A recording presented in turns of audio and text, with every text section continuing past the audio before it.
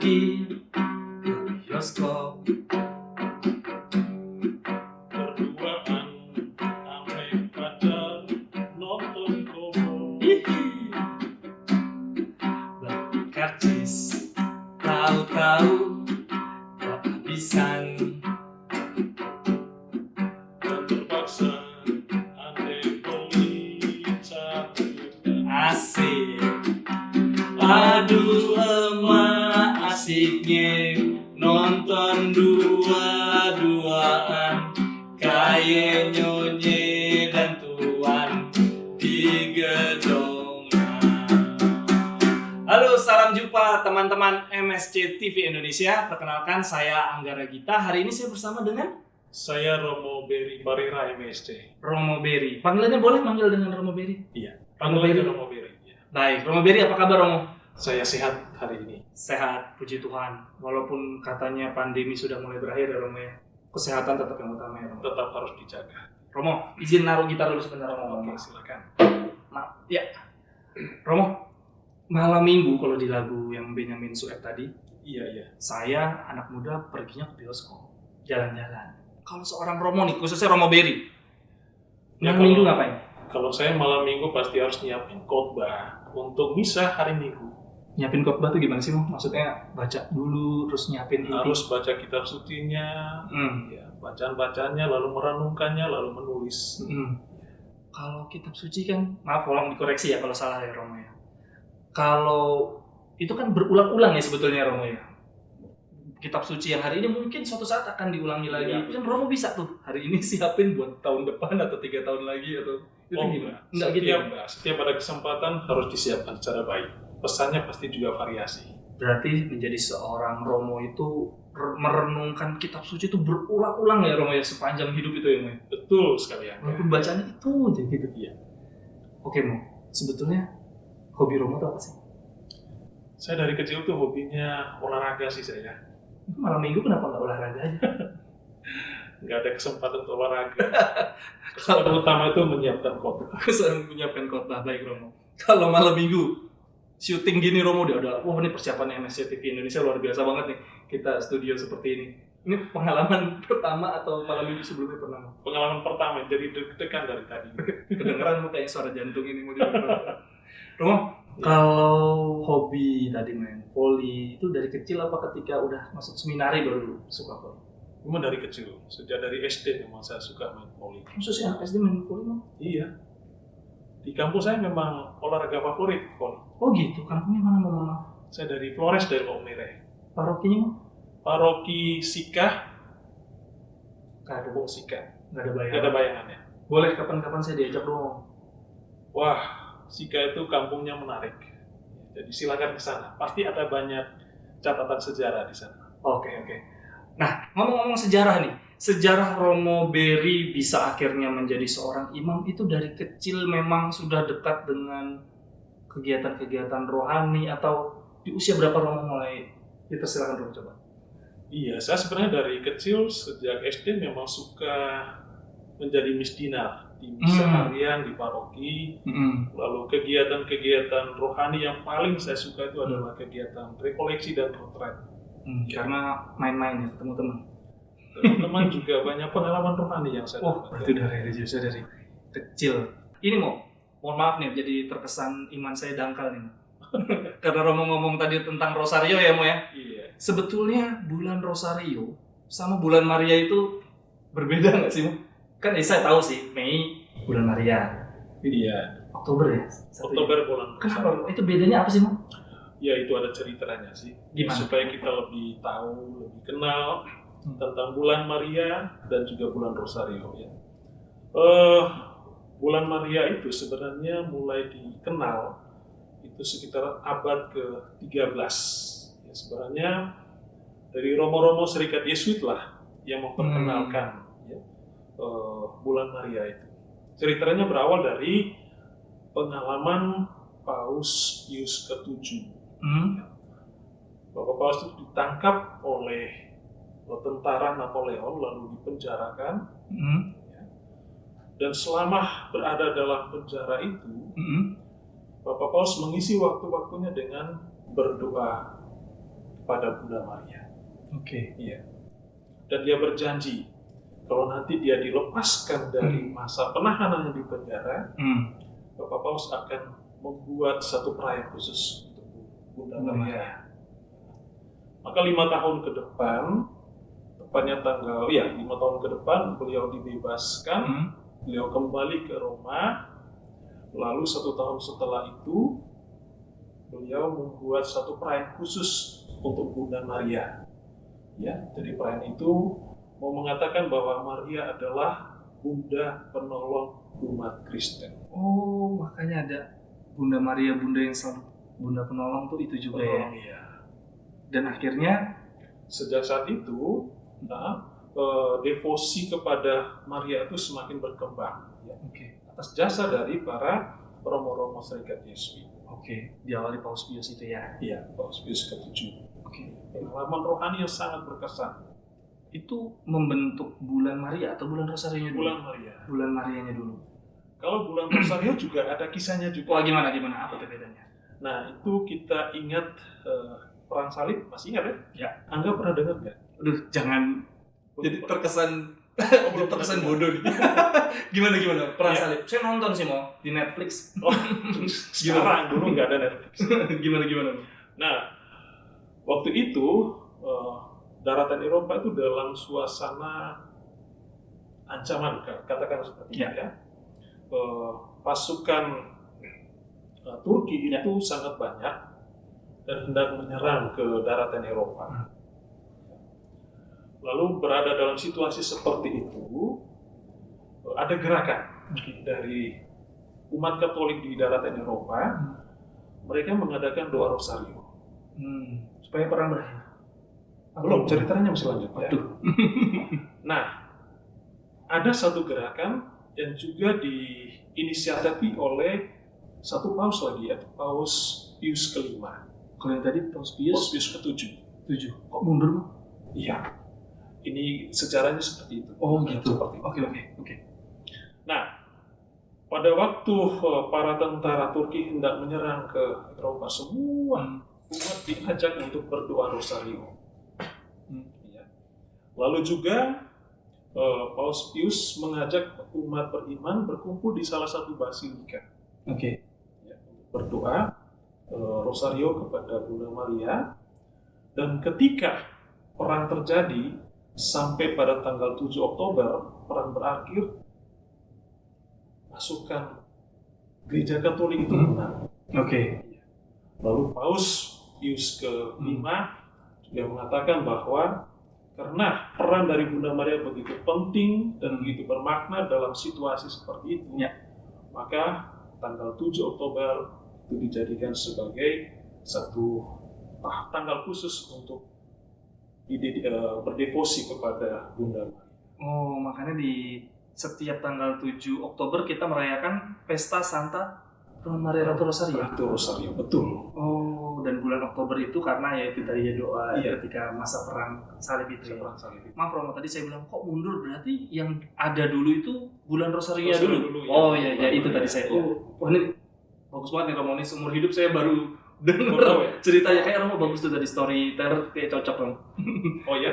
Iya Romo. Nah, oke Romo, itu tadi bulan Rosario, bulan Maria. Ada lagi nggak nih Mo? Sebelum saya mau bertanya sebetulnya tentang bagaimana menjalankan doa Rosario, doa untuk Bunda Maria. Karena Romo kan cerita tadi, waktu masa kecil sampai sekarang di kampungnya Romo terus-terusan kan Rosario. Iya, betul. Jadi sebetulnya gimana nih kita konsep doanya itu kapan sih Mas sebetulnya?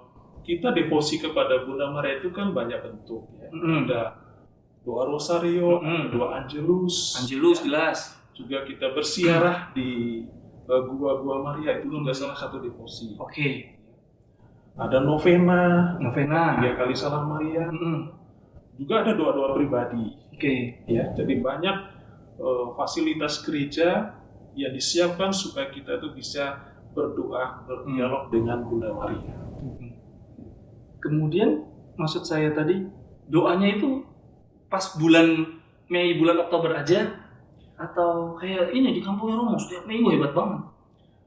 Iya, di kampung saya itu karena ini tradisi yang diwariskan oleh para misionaris Yesuit juga, ya, dari zaman Portugis sampai dengan sekarang, sehingga terjaga terus-menerus setiap minggu selalu ada rosario. Tetapi untuk umat beriman secara keseluruhan, bukan hanya terbatas pada bulan Mei dan bulan Oktober, ya. Jadi kapanpun, anytime kita bisa berdoa kepada Allah lewat perantaraan Bunda Maria. Nah, ini menarik nih. Berdoa kepada Allah melalui Bunda Maria. Jadi sebetulnya saya juga jujur nih suka bingung. Ini doanya nih enakan langsung ke ya Tuhan atau Bunda Maria tolong sampaikan doa saya.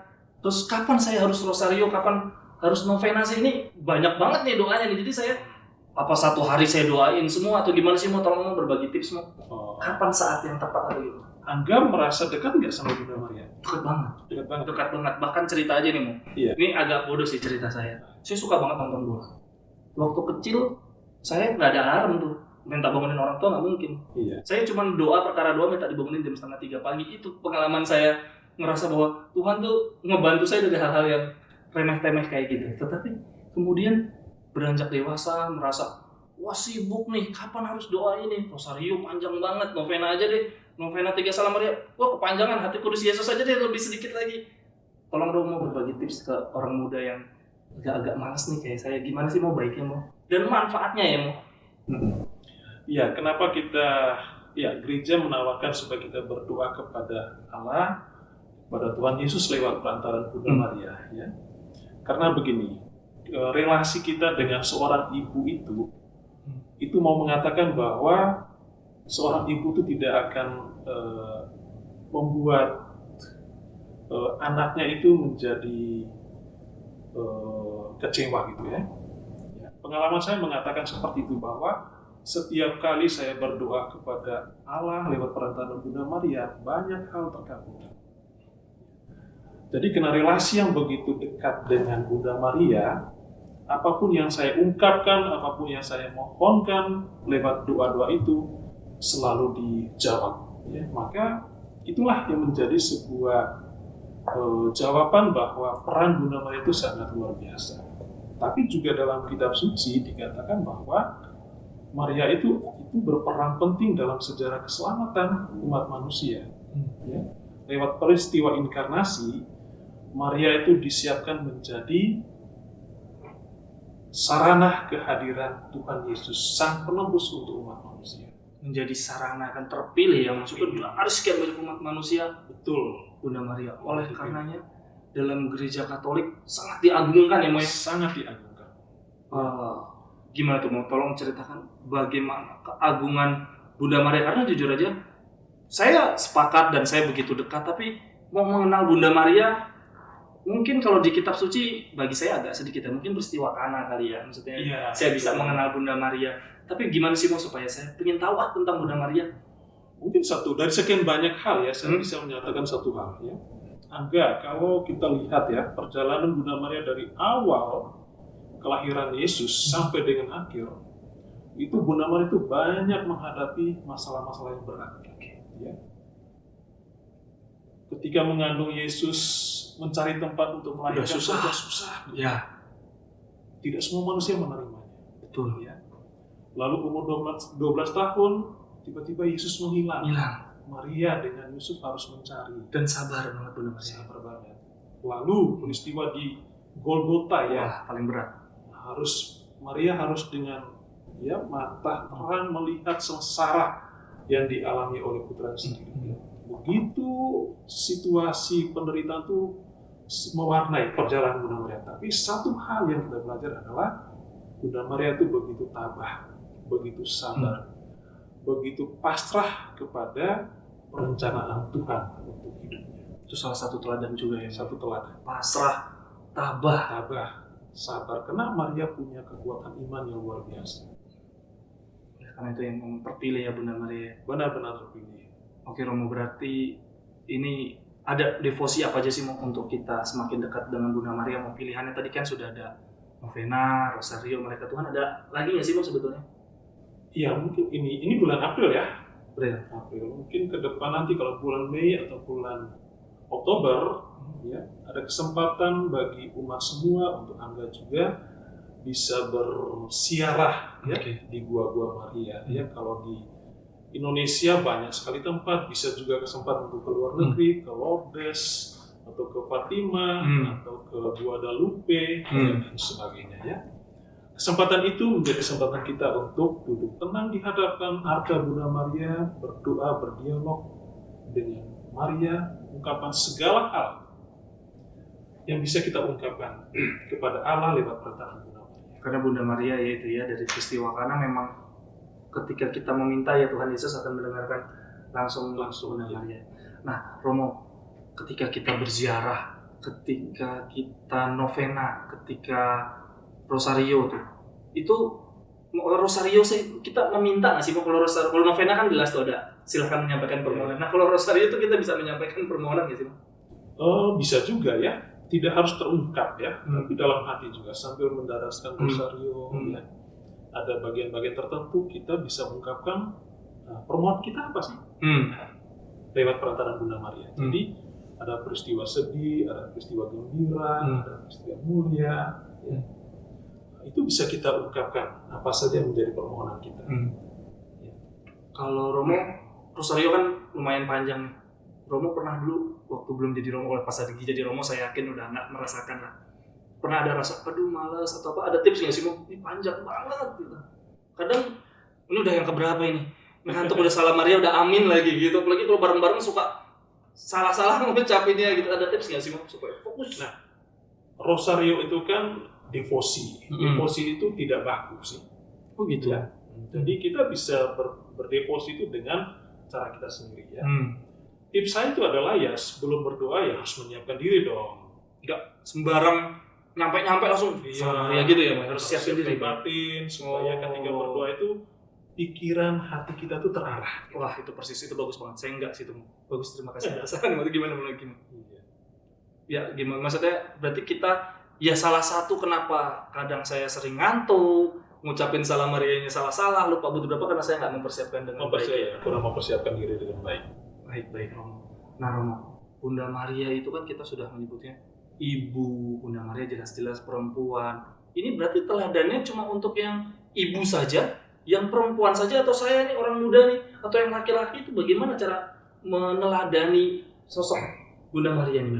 Bunda Maria itu kan sosok ibu yang memberikan sebuah teladan bukan hanya untuk kalangan ibu, untuk kalangan orang muda, untuk laki-laki, perempuan, semua keteladanan itu ditujukan kepada kita semua ya. Dari soal kesetiaan ya, itu penting untuk zaman sekarang. Itu kesetiaan itu menjadi hal yang tidak mudah ya dalam rumah tangga. Soal kesabaran ya, ketaatan kepada rencana Tuhan. Wah itu luar biasa banget, itu luar biasa ya. Lalu juga untuk orang-orang muda juga supaya selalu punya semangat juang dalam diri ya, tidak cepat menyerah pada situasi. Bunda Maria juga gitu ya. Bunda Maria ketika mencari tempat Yesus tidak pernah menyerah. Ya, itu sebuah teladan bagi kita yang masih muda ya, bagi Angga yang masih muda. Kalau saya sudah tua ya. Semangat tetap muda. Iya. Jadi banyak lagi teladan-teladan yang bisa kita terima dari figur Bunda Maria kita. Jadi memang seorang ibu yang sangat perfect, yang luar biasa, sehingga gelarnya juga banyak banget ya. Ada Bunda segala suku, artinya keteladanan Bunda Maria bisa jadi ya, bahkan suku aja kita secara suku itu bisa meneladani, bisa menjadi pelindung. Ada apa lagi sih Mo gelar Bunda Maria? Bunda Allah, Bunda Kristus, Bunda kita semua, Bunda Hati Kudus, Bintang Timur, dan itu dia masih banyak. Luar biasa, itu luar biasa banget. Oke Romo, semangat Bunda Maria tadi dibawa untuk orang muda sudah. Kemudian untuk doa juga berarti kita nggak harus bulan Rosario, nggak harus bulan Maria ya. Kita semakin dekat dengan Bunda Maria, ya enak aja ya Mo ya. Doa kita juga semakin besar untuk bisa dibawakan ke Tuhan Yesus gitu ya Mo ya. Iya. Oke Romo, apalagi nih Mo tentang bulan Maria, bulan Rosario, ada lagi nggak sejarah-sejarah atau hal-hal yang kira-kira ini banyak nih umat nggak tahu gitu. Saya mau nanya saking banyaknya jadi bingung Mo. Sebenarnya saya punya pengalaman rohani dengan itu Bunda Maria. Malah nggak saya tanya. Gimana? Saya sampai di profile saya di HP itu saya pasang Bunda Maria karena dalam pengalaman rohani saya itu saya berjumpa secara pribadi dengan Bunda Maria. Dan figur Bunda Maria itu tidak bisa digambarkan dalam bentuk lukisan, dalam bentuk kata-kata dan sebagainya. Hanya kekaguman yang ada dalam diri saya.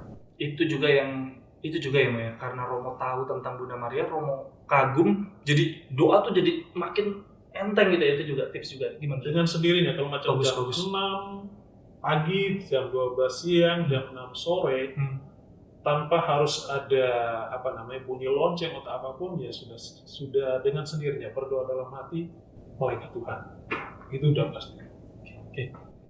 Itu dia berarti teman-teman MSC TV Indonesia, ini bagus banget, pas banget di bagian akhir juga, berarti supaya kita semakin mendalami tentang Bunda Maria, kita berdevosi, ternyata kekaguman itu ya Mo ya. Dan kekaguman mustahil hadir kalau kita nggak dekat, kita nggak tahu, nggak mencari tahu ya Mo ya. Iya. Romo, tadi Romo sudah cerita tentang pengalaman iman dengan interaksi Romo dengan Bunda Maria ya, relasi Romo dengan Bunda Maria. Iya.